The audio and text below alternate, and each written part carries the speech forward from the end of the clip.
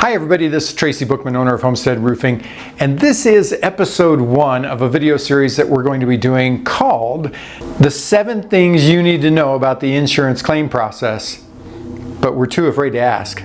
Now there's a lot of information that we're going to be talking about in all of these videos, and so that's why we've broken it up into several different videos. It'd be way too much to try to include in just one video. So there's going to be several different episodes of this, and in future episodes we're going to be talking about things like, well, how to start the claim process, what happens when your adjuster shows up, what happens if your claim amount is less than or different than your roofer's estimate amount, how to make sense of the claim document that you get. I mean, the claim document can be super confusing for most people, and so we're going to try to clarify that a little bit. We're also going to talk about what's called the supplement process and then the invoicing of your insurance company. So I hope you stick around through this video and all the videos that we've got coming up, because there's going to be a lot of, I think, really helpful information for you if you're a homeowner, and especially if you've never gone through the insurance claim process, or even if you have, maybe it didn't make any sense to you. So we're going to give you a bunch of information that's going to help you as you go through all that.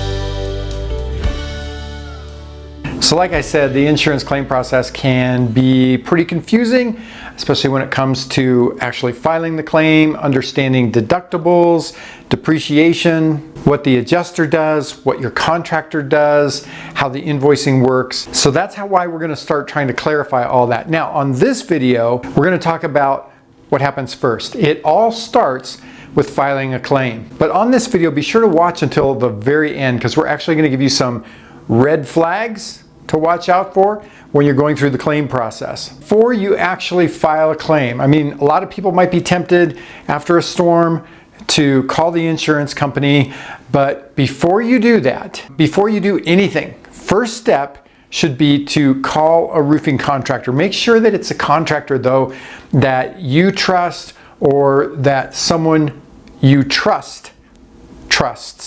Make sure that it's a contractor that one of your friends, family, neighbors has actually used and had a good experience with.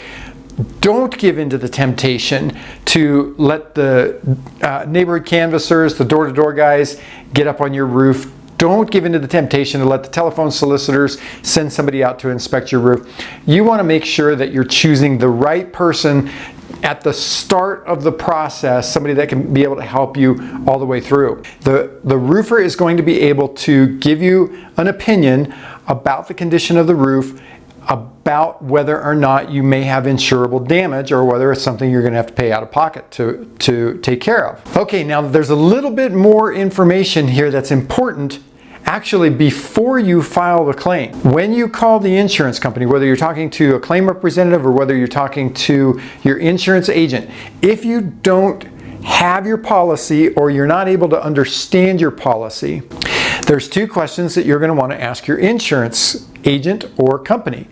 First one is, what is my deductible? That's an important question, because if you think your deductible is $1,000, but your deductible is really $3,500, your share of the cost of the repairs just got a lot bigger. The other question to ask is, do I have, on my coverage, do I have recoverable depreciation or non-recoverable depreciation? All right, so let's say you've had your roof looked at by somebody and you know that there's damage. Now you know it's time to file a claim.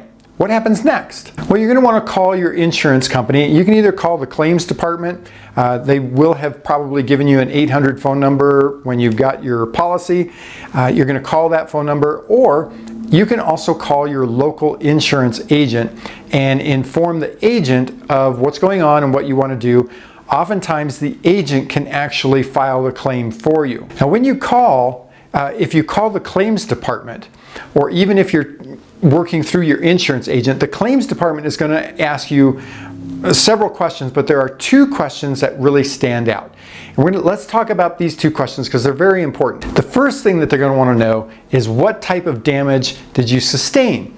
All right, this is really important because some insurance companies will look at different types of damage as different types of claims, and therefore you could end up paying multiple deductibles. So if we have a really big storm that comes through and there's hail and wind, and maybe you end up missing a few shingles, I would not tell them that there's hail and wind damage.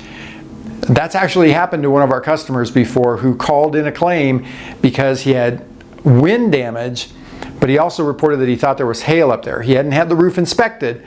Well, so when the insurance company got out there, or the adjuster got out there, he found both wind and hail damage. They actually filed 2 different claims, and that homeowner had to pay 2 separate deductibles. So kind of work with what your roofer is telling you. And so if the majority of the claim is going to be for hail damage, if they ask you what kind of damage that you have, just indicate hail damage. That's pretty much the safe way to go. Then if the adjuster comes out there and he sees other damage, if the roof actually is totaled from hail, then anything else that's going on really is irrelevant. The other important question that they're going to ask you is, what was the date of loss? Now, if there's a big storm that rolls through and it causes damage, and you know that there's damage and you file a claim because of that, you're going to know what the date of loss is. But for example, like I looked at a house today that had some older hail damage, and there actually hasn't been any kind of major hailstorm in their area for a few years. So if that person files a claim and the claim rep says, what was the date of loss? The correct answer on that is, I don't know, right? Don't try to, this is really important, don't try to make up a date. You know, don't try to think, well, let's see, I think we had a pretty good storm on July 3rd of 2015, so it might have been that. Don't try to do that. The insurance companies all keep track of when all the damaging storms have happened in the area, and if you try to tell them a date and it's not a valid date, they could deny the claim and say maybe you're trying to falsify a claim or something like that, or maybe the damage predated your coverage, anything like that. If you specifically don't know the date, tell the claim representative exactly the truth. I don't know the date. Then when the adjuster comes out, finds out that there is damage, if they determine that there was a damaging storm within your policy period, then he'll assign a date of loss. The next thing that's going to happen on that call is your claim representative is going to give you a claim number. That's an important number to have when you're calling the insurance company and trying to get information about your claim. So write down that claim number. After the claim representative takes all your information, then he or she's going to record all that in their computer. The next thing that's going to happen is probably within 24 to 48 hours, maybe up to 72 hours later, an adjuster is going to call you and give you a time or schedule a time when he or she will come out to the property to inspect your property.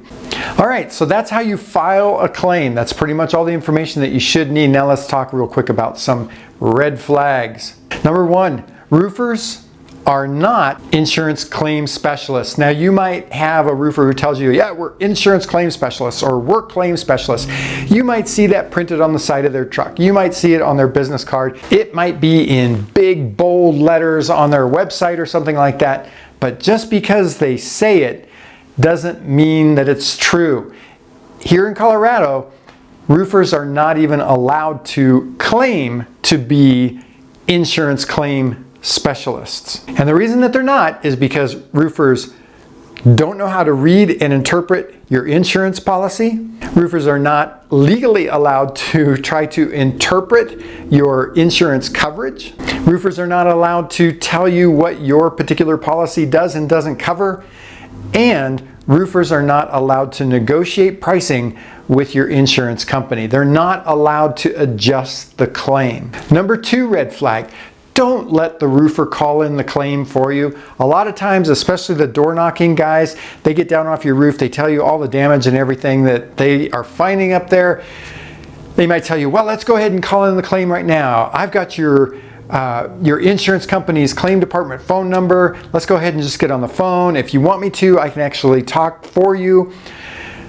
Don't do that. Do your research. Find out how the process works with your insurance company, and you call in the claim yourself. Do not let your roofer call in the claim for you. All right, I hope this video has been helpful for you. If you've got questions about this whole process or this video specifically, you can feel free to give us a call. Our office phone number right up here, 719-433-6999. 991. You can also visit our website.